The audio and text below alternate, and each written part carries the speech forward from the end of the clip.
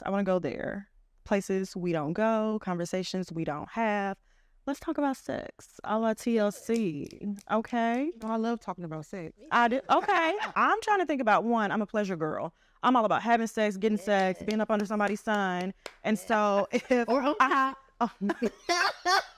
if I'm into the gym lately, you know, it just Be on that's top. a lot of work. Being on top is a lot of work. All the way I'm on top. I'm on top. Yes. Baby, all sex is like free all, like nothing happens. And it's like, no. You can When I have those conversations, even with my partners, I'm like, well, when you get tested, are you doing oral swabs? And they're like, oh, you can do that? Yeah. The first time I had an oral swab was when I got on PrEP. But that's the first time I ever. Which is crazy to me. Right. I've never been orally swabbed, but now we get it every other month. Oral swab. I'm like, oh, because you have oral sex and you can get gonorrhea. Or you can Emphasis on sex, because people think oral is not sex. Right. However, it is. It is. Yeah. Right. So, okay, I want to back up, slow down a little bit. Let's talk about PrEP a little bit more. What do y'all feel like are what were your personal reasons for getting on PrEP? I can say for me, I was a late bloomer in the sexual department. I started. It's so hard to believe. And a lot of people do. A lot of people she was a late bloomer by choice. I had to get comfortable in my skin. I'm cozy with who I am.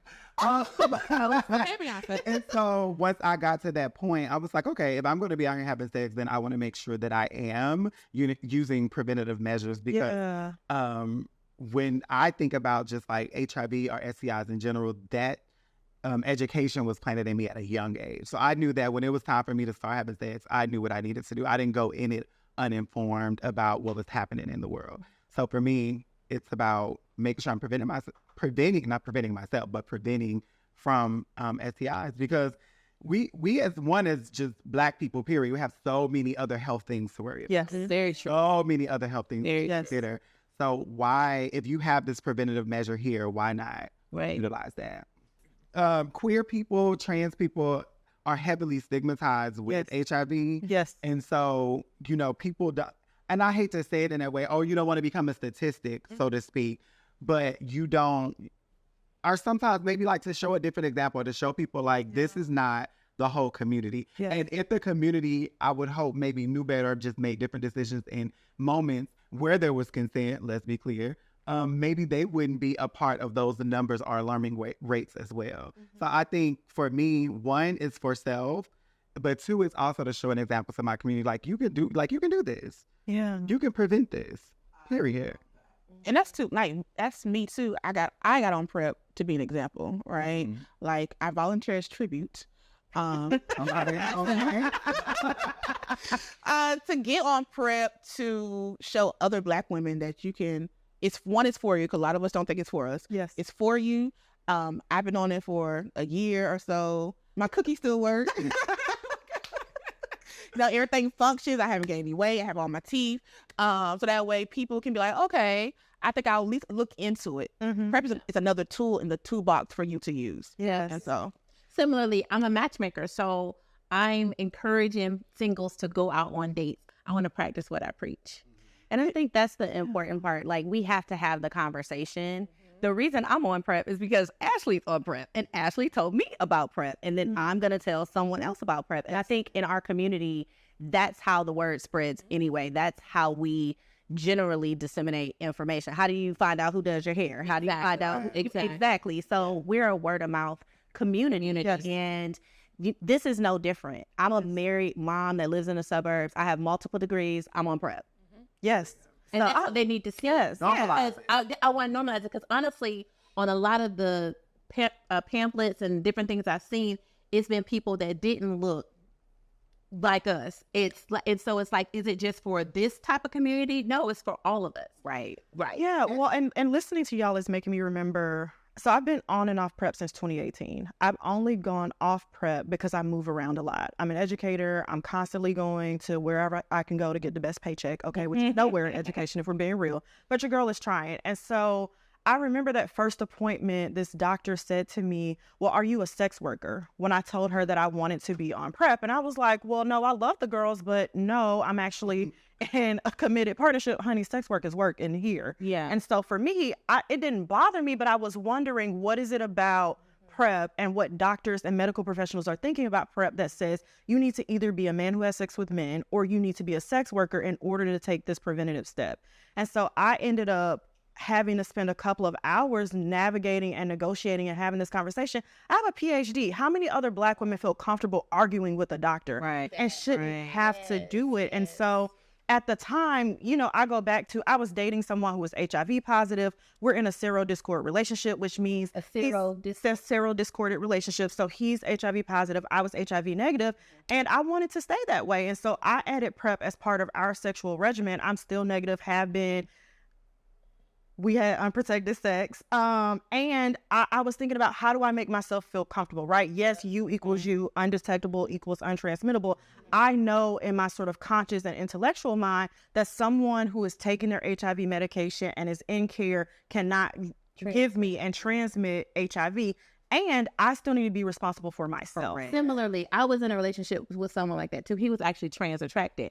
And it was interesting because he had dated mostly trans women before he met me, and he had contracted HIV as well. He told me all of this before we ever had sex. I met with his doctor. His doctor told me he was undetectable, he was untransmittable, and I was like, what can I do still? I'm not just gonna take your word for it that you can't give it to me, right? Like, I can't. I need to get on something. So that's when I got on PrEP. Like, what can I do to prevent myself from getting it as well? But I think even that knowledge, like, I didn't even know that before I met him, that it was a thing. Even as a matchmaker, if somebody told me that they were HIV positive, I'm like, oh, I'm so sorry. Maybe you can go here and meet other HIV positive people to date. That's probably what I would have said before now, dating someone and having this experience. And I know, oh no, he could be a viable option for other people as well. You know, I always say, don't let HIV get in the way of love. And so for me, I'm also not the girl who's gonna wait, because my biggest fear is falling in love with somebody who's not good in bed. Incompatible. I ain't got time for that. I ain't got time for that. I'm sorry. Like, get somebody else to do it. Right. Because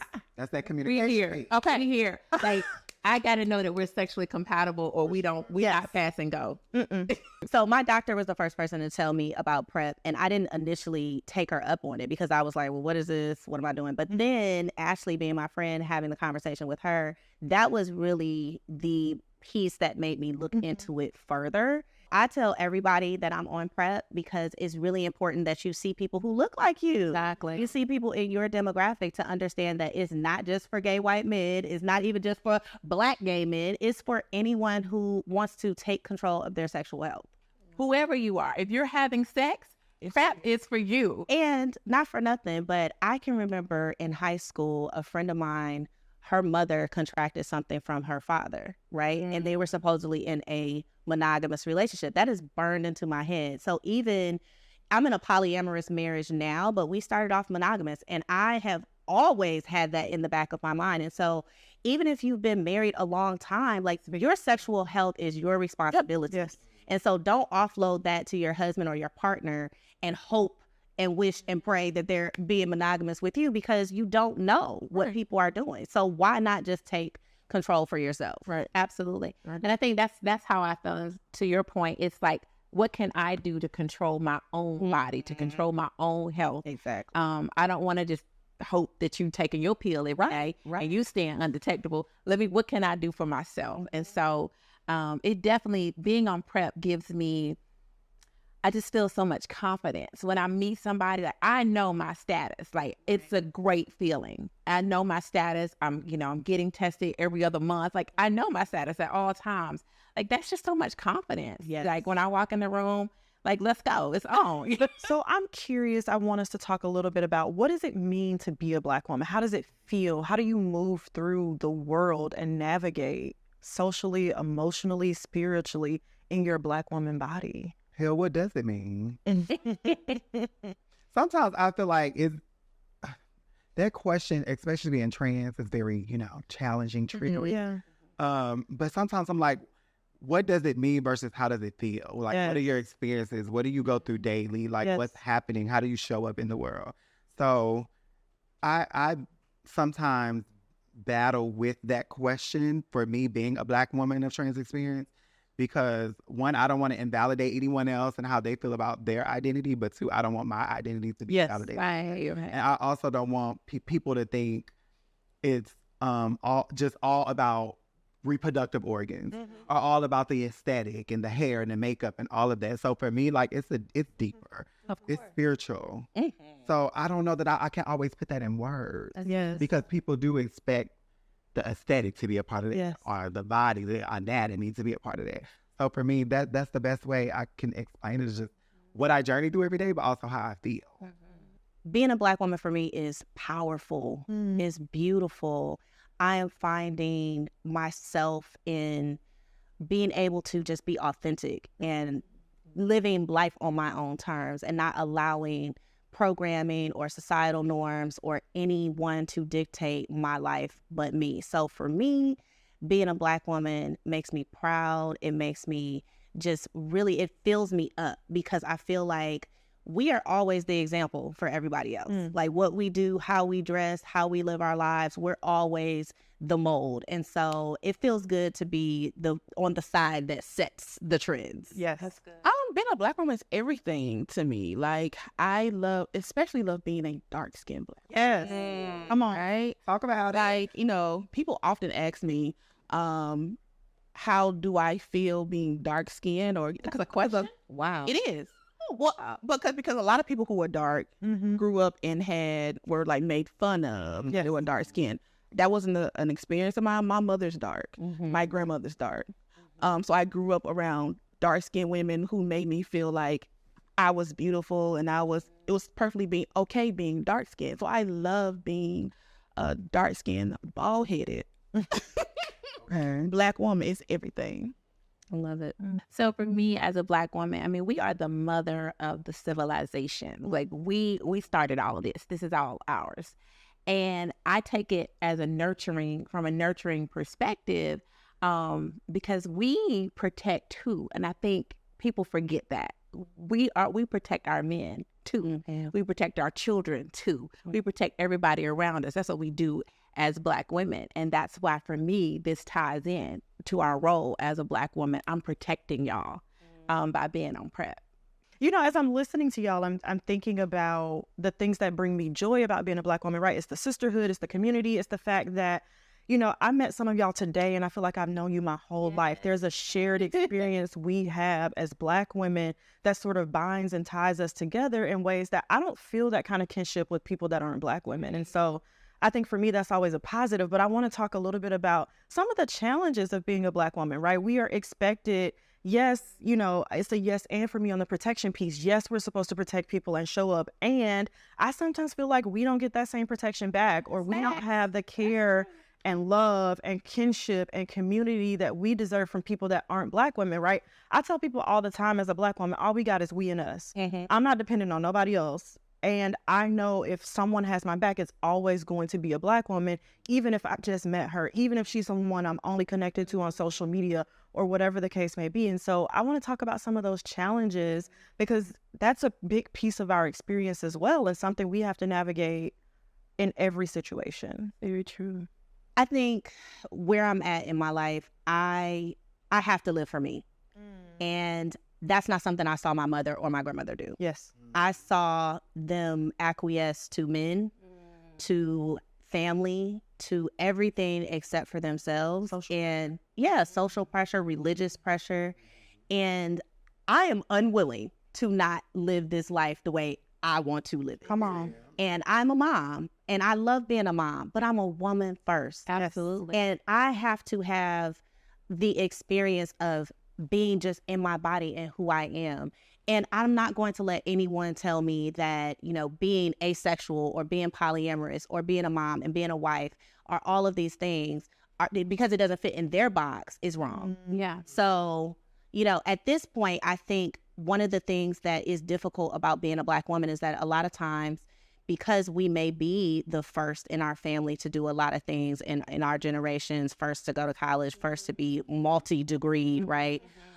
There's a lot of pressure on us to be the example. Yes. And a lot of times when we're not the exact thing that your mom or your aunts can brag on, then it becomes, oh, well, she's living that lifestyle, or she's on the fringe. And it's like, no, I'm everything that I've always been, but I'm living for me. I'm not living for you. Yeah. So I think one of the challenges for us is really breaking out of like the societal molds and all of the pressures that we put on ourselves and that our families put on us, because it really stops us from living. It stops us from being in our own truth. Yeah. You know, as I'm listening to you, I'm thinking about how difficult it is, whether you're a Black woman who chooses to have children or you're like me. I have said for the last decade, I am child-free by choice. I'm never having children. And the number of people who run up on me, you haven't met the right man, or you just don't know, or you're going to change your mind. Girl, please go get somebody else to do it.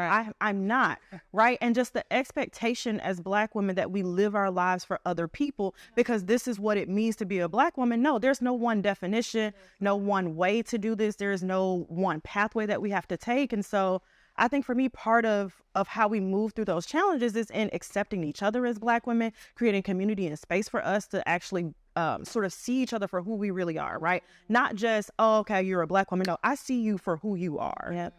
And that's the only way we're going to be able to work through some of this. Yeah.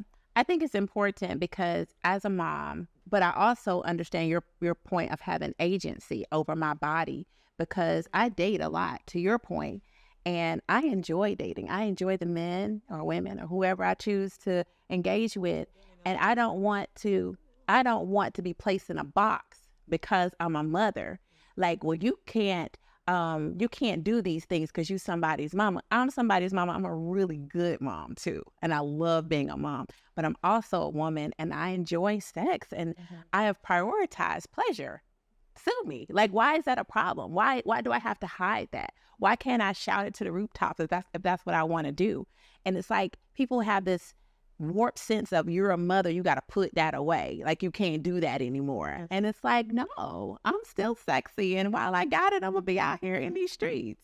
Like, you know, I think too, it's so interesting that people don't want Black women to be living in their sexuality, but they want to sexualize us. Yes. Which is really interesting, right? And I think about it from the perspective of like, I'm raising a young Black boy and I teach him about consent right now. I'm talking to him and saying, can I give you a kiss? Can you ask mommy if you can lay on her right now? I'm making sure that he is understanding that my body is still my body and his body is still his body. And you get to consent even or not consent, or not. Even if it is mommy, daddy, whoever, right? That it's your body. And I think the thing that's interesting is that I'm almost 40 years old and I think my sexuality is the most underdeveloped part of me. I am very educated. I have multiple degrees, highfalutin degrees, right? And the thing that I have not studied or that I have not poured myself into is sexuality and sensuality and learning about what my pleasure is. I found out I was on the asexual spectrum at 38 years old, 39 years old. And so that's a long time to go without knowing your full sexuality. And I think a part of that is because I just assumed I was heterosexual, right? And it's not something, it's not something that people talk about. No one ever had a conversation with me about sexuality, like in the home, in schools, or any of it. So all of that I had to find out on my own. I had to date. I had to figure out what I like and what I don't like. And I'm so fortunate that I'm married to a man who allows for me to be me and actually said to me, if you want to be non-sexual, we can be non-sexual because this is how you feel best.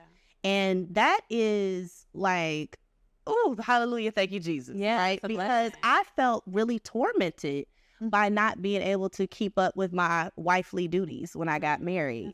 And it was really gut-wrenching for me mentally. And so when I think about what Black women go through, we are going through silent struggles all the time. Like our mental health and having everything on our back, which is why I love the soft life era. I love get somebody else to do it, because get somebody else to do it. I'm so glad that we are now allowing for ourselves to be about ourselves. So worry about yourself ministry is in full effect. Okay. So I just want us to learn to prioritize ourselves in all the ways, even sexually. It should not be just centered on on your partner. You should be worried about your own pleasure as well. You know, as I'm listening to you, what I hear you saying is this conversation I try to have with the young women in my life and in my family. We talk about sex as if it's something that happens to women and not with women. And so much of the problem with our sexual development and with us having conversations about being HIV possible, about being willing to take PrEP, about being willing to have a discussion about condom negotiation and sexual navigation, it's all rooted in this idea that we are supposed to be perfect, pure beings to whom this thing happens, and we're not active participants. Right. We are not people with agency. We are not folks who get to enjoy sex. Yes. Like, absolutely not. Why not? Right. And why does it take so long? Like, why do we have to wait until we're so much older to even feel comfortable with that? And part of that is, you know, fast tail girls and, you know, let's slow down. And upbringing, girl, let's go there, because that is a part of this.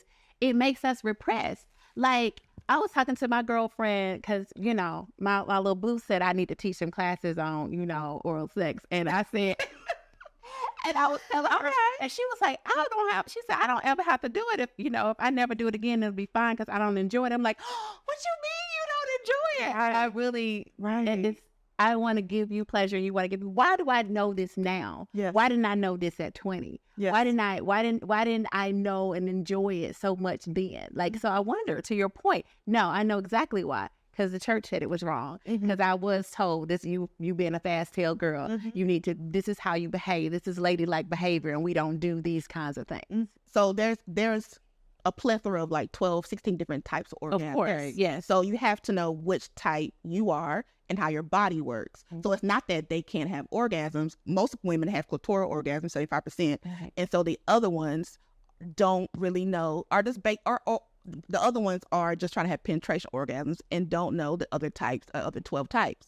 So once you know the other 12 types, you know how your body works, then your success rate is going to increase. And to be able to speak to your partner and say, this is what I like. This is what feels good to me. Do it this way. Because a lot of women are just laying here and receptive. And letting somebody masturbate with your body. They're masturbating with you. Letting him come and you just laying there. So you're not focused on your pleasure. You don't even know what you like. You don't even know what makes you come. But in women's defense, right? Yeah. I often tell women, when we're looking for mates, we prioritize finances, we prioritize them being provider, parent, whatever else. Days or whoever. Height. They're all height. Like most number one, sex. That's me. But girl, most people, me too, girl. Most people don't prioritize that. We are not taught that sex is important when you're looking for a mate, a life partner. So, and you're ashamed if you do. If you said that on social media, that sex is number one for you, they're gonna be like, oh, so in their defense, sex. Right. So in their defense, if no one has ever taught you how to do it, no one's ever said that it's something that you should prioritize, you're not going to do that. That's true. We are talking a lot about how we experience pleasure, how we're putting sex at the forefront. I want to talk a little bit about HIV risk, about how often you all get tested. Do you have conversations around testing? For those of you who are parents, how are you talking to your children about this or the young people in your lives? What is the sort of communal conversation around HIV and STI testing for you? So I get tested quite often, but I tell people this, like, people don't understand why people are not getting tested. And it's this, if at the local health department, if you're from a small town, your cousin worked there, your high school classmate worked there, right? And you know, even though we're not supposed to say stuff, people talk. Oh, Sheila came here for an HIV test. You know, they're not going because people they know work there. And even HIV clinics, we know their clinics. So if we walk into any clinic in Atlanta, most people know that's the HIV clinic. I saw Susie at the HIV clinic, right? So that's why testing at home is a really good resource. You can go to CVS, you go to Walmart, and now you can actually get them online for free.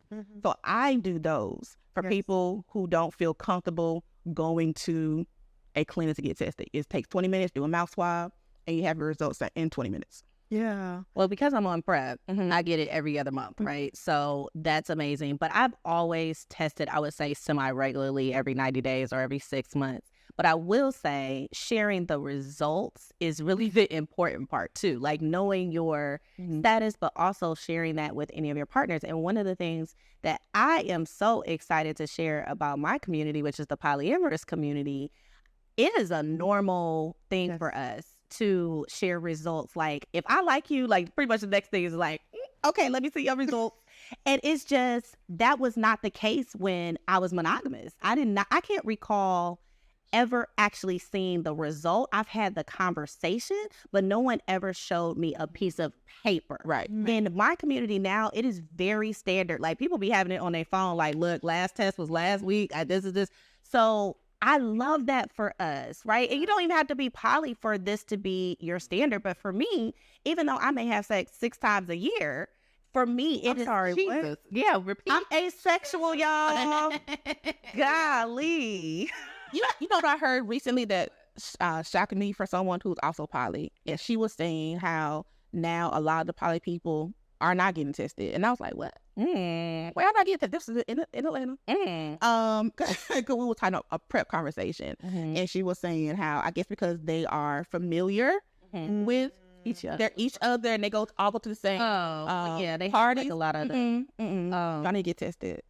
Yeah, But they was like, they don't do testing. So I think this is an important distinction. So what I'm talking about for the polyamorous community, it is ethically non-monogamous, but what you just mentioned is a swinger community, right? Yes. Okay, so it's a little bit different. What I'm talking about are like committed loving relationships, and they can be casual. They can range from casual all the way to life partner, but it's not necessarily like we're in this community where we're all just like swapping around. But what I have found in general is that people are much more open with their status, not only HIV status, but STI status, right? And that's the piece that you need to be able to disclose. And the stigma around all of it has to come down, because that really stops people from saying, I have X, right? And then you don't get the choice because people are afraid that you're going to reject them. They're afraid that you're not going to, I love what you said about love. You want to be able to love who you love and not dismiss them because they have a STI or because they have HIV. So I love that in my experience, people have been very forthcoming in the polyamorous community with their test results. Well, I would say in the hetero community, that is not correct. That's not true for like people that I've ever dated. Like people don't even ask your status. They never ask. They don't ask about no condoms. They don't ask about status. They never ask to see your test results. It never comes up, which is why there's such a high STD and HIV rate, right? Because people just out here raw dogging the air. They just. I think for me, hailing from the trans community. Yeah. I think being a person that engages in sex with heterosexual cisgender identified people, that's very much the truth. I've spent so many conversations educating people about sex, types of sex, testing, like we were just talking about earlier, throat swabs, so they can understand what that even means. And sometimes after you've done all the education, baby, and you over it. Baby, this is the STI 101 trial. Now I'm tired. Like, now I've given you the education, you've graduated, now go talk to the next one. Right. I'm over it. But I know for me, when I was younger, I watched a movie which originated as a musical called Rent. Yes. And speaking about that HIV/AIDS epidemic of, the 80s, the 90s. And it really impacted me because even though I knew I was not sexually active until my 20s, it planted a seed. And so when I went to college, I would bring CBOs, community-based organizations, on campus to test the Black student body. And I would always go first to serve as an example, to be like, whether I'm sexually active or not, I still, because let's be clear, sex is not the only way to contract HIV. So that's that. Correct. And so I've just always tried to serve as that example. Right. And being trans and like maneuvering in community, we're stigmatized with sex work all the time. And so testing is a regular thing, whether you're getting tested, whether you are, especially for my sex workers that are on the road, it's important for them to help self at home because they are probably not always in a position to go to a female because they're traveling constantly. And then being on PrEP myself, On the injectable form of PrEP, I have to go to the doctor every couple of months, get my PrEP shot, get my labs drawn. So it's really a normal thing for me and for all STIs. And to your point, I want my stuff on my short. I'm very much. Okay, let me see your paperwork because it's not word of mouth, but just words alone. Right. Like I want to see because people don't always tell the truth, or even in that moment if they think they're telling the truth, but because they age, they don't know what present day is happening with their body either. And then too, like people also have fake results. Fake results. It's a thing now. Like I rather either we're gonna go together, or at least with the HIV portion, we're gonna do a at home right here test. Because people have fake results now. Wow. That's so sad. So as I'm listening to y'all, I think about the fact that before I even got on PrEP, I was getting tested every 3 months because I'm an active dater. And like I said, I'm not willing to wait way too long and end up falling in love with someone who can't satisfy me. Been there, did that, never going back again. So as I'm listening to y'all, I want to talk a little bit more about the different types of options of PrEP, right? So I'm doing the daily pill. I'm looking into another option. You just mentioned the injectable, right? I want to talk through it because much like I got tired of the everyday birth control pill, I'm getting a little bit tired of my alarm clock going off, and wherever I'm at, I'm digging in my purse and I'm looking for my pill, which is still a great option. But I know that some people can't have a pill bottle laying around, or some people, just want something that's a little bit more stealth or something between them and their doctor. So how did you end up on the injectable PrEP, and what are those different kinds of options? So I receive the injectable every 2 months. So when I was on the daily oral, one of the stigmas is people finding out about it, right? Some people don't want their partners to know because people are nosy, right? People come to your house. I know I've emptied people's pill cabinets before. You nosy? Okay. People nosy. Like I'm going into people's medicine cabinets, looked at what they were taking, screenshotted, Looked it up later. Like, okay, am I proud? No, but I've done it. Right. Okay. So like that's the thing that people are doing. So if you are self-conscious or don't really want people to know what you're taking, the long injectable form is a way to kind of like negate all of that. Because no one knows, and you don't have to tell anybody because nothing to tell. Really. I hear you, but I'm struggling because I mentioned I have PrEP in my Tinder bio. It's on all my dating profiles. It's on my Instagram. It's on this, it's on that, right? I feel absolutely no shame, and I don't feel like it should be a situation where I have to hide my pill bottle or whatever. I know that's not always the case, right? I know that, for example, domestic violence is a very real issue in the Black community and something that many of us have to navigate and negotiate. And so I'm glad that the injectable exists for that reason, or that it's just more convenient, whatever. But people should be able to take a pill every day if they want to take a pill without everyone else making a big deal out of it, right? I don't know why we feel so uncomfortable with taking life-lengthening and life-saving measures.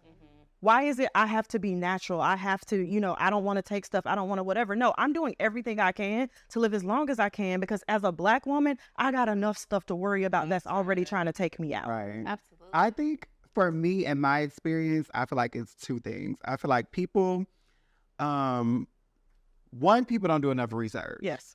So if they saw that and let's say, they Google, no shame, or wait, maybe a little bit, whoever, they Google things and they'll probably see HIV and immediately be like, oh girl, like what's happening? But they haven't done the research to understand that some of these medicines are used for care and for prevention. Yes. And so but then I also think people don't want to face that there is alarming rates. So when you can like ignore things and like not have to feel like you are a part of that, it doesn't exist to you. They like to keep their head in the sand. Yes. And that's a problem because we see the rates.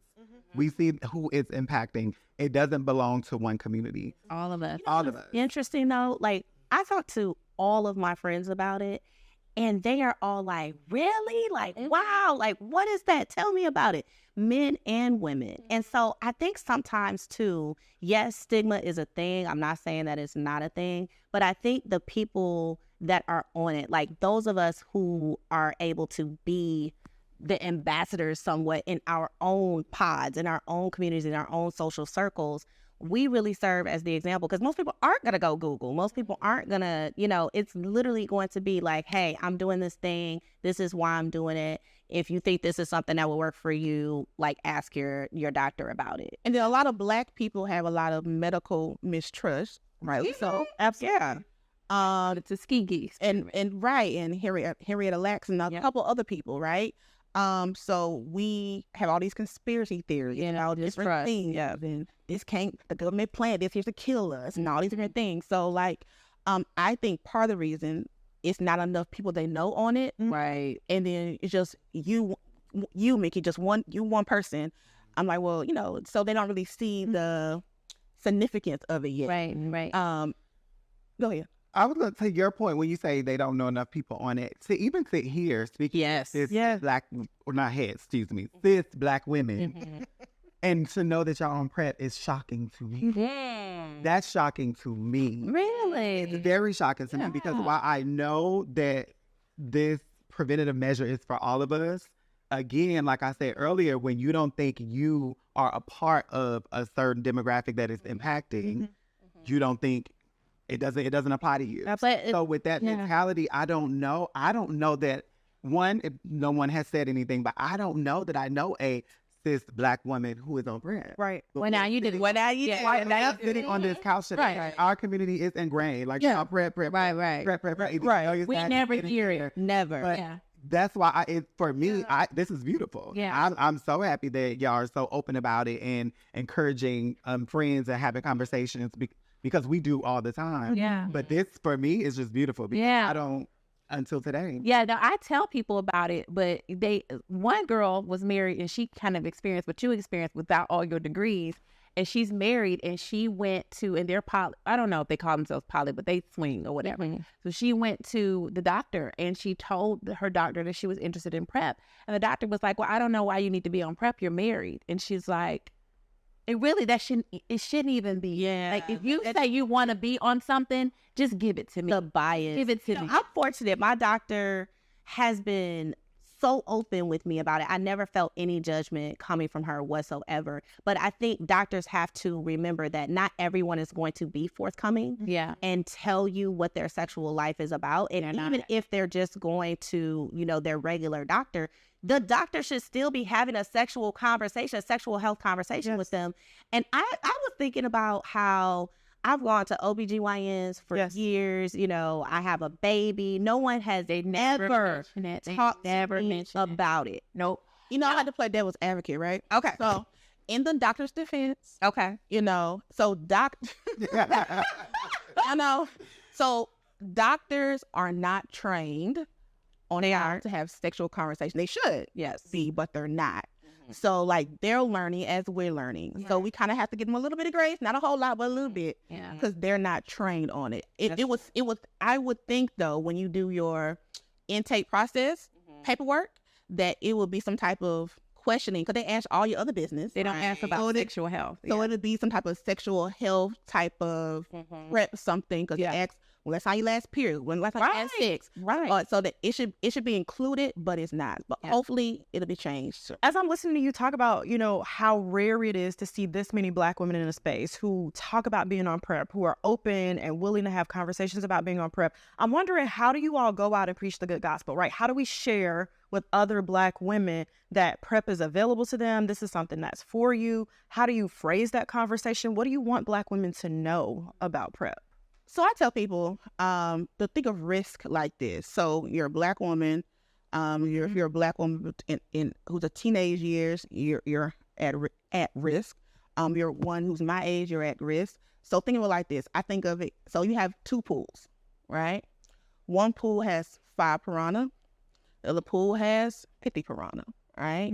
So let's say if I'm a Black woman, I'm cisgendered, I'm having sex, right? So we're gonna automatically put me in the 50 piranha pool, right? If I step into that pool, my likelihood of getting my toe eaten off is higher, because I'm just happen to be in that pool, right? That's how I equate it. All right, it's not so much what you do or what you engage in particularly. It's the fact that you are a Black woman who is having sex. Just that alone makes your chances of acquiring it higher than others. Take your power back. Don't look to anyone to protect you. This is your responsibility. Whether you are married, whether you are queer, whether you're heterosexual, it does not matter. No one can protect you better than you. Yeah, absolutely. Yeah, and I, as a matchmaker, tell singles specifically, you need to be on PrEP. If you are sexually active, if you are having sex, you need to be on PrEP. It's as simple as that. HIV doesn't have a face. It doesn't have a name. It doesn't belong to a certain group of people, a certain gender. So if we're going to end the epidemic, we all have to be in this together, and we have to be on PrEP. Yes. Absolutely. You know, I take PrEP because I want to enjoy my sexual experiences without having worries. So I share with other Black women, if you want to have sex, you want to have one less thing to worry about, then you need to be taking PrEP. This is my ability to take ownership over my body, over how I'm engaging with other people, and honestly what my joy looks like, right? Because for me, sex equals joy, and I'm not going to do anything in this life or the next one that does not bring me joy. Hello. I feel like we should do like our hands. Yeah. Well, let's see. Are we doing today? Yeah. No. No, 3. No,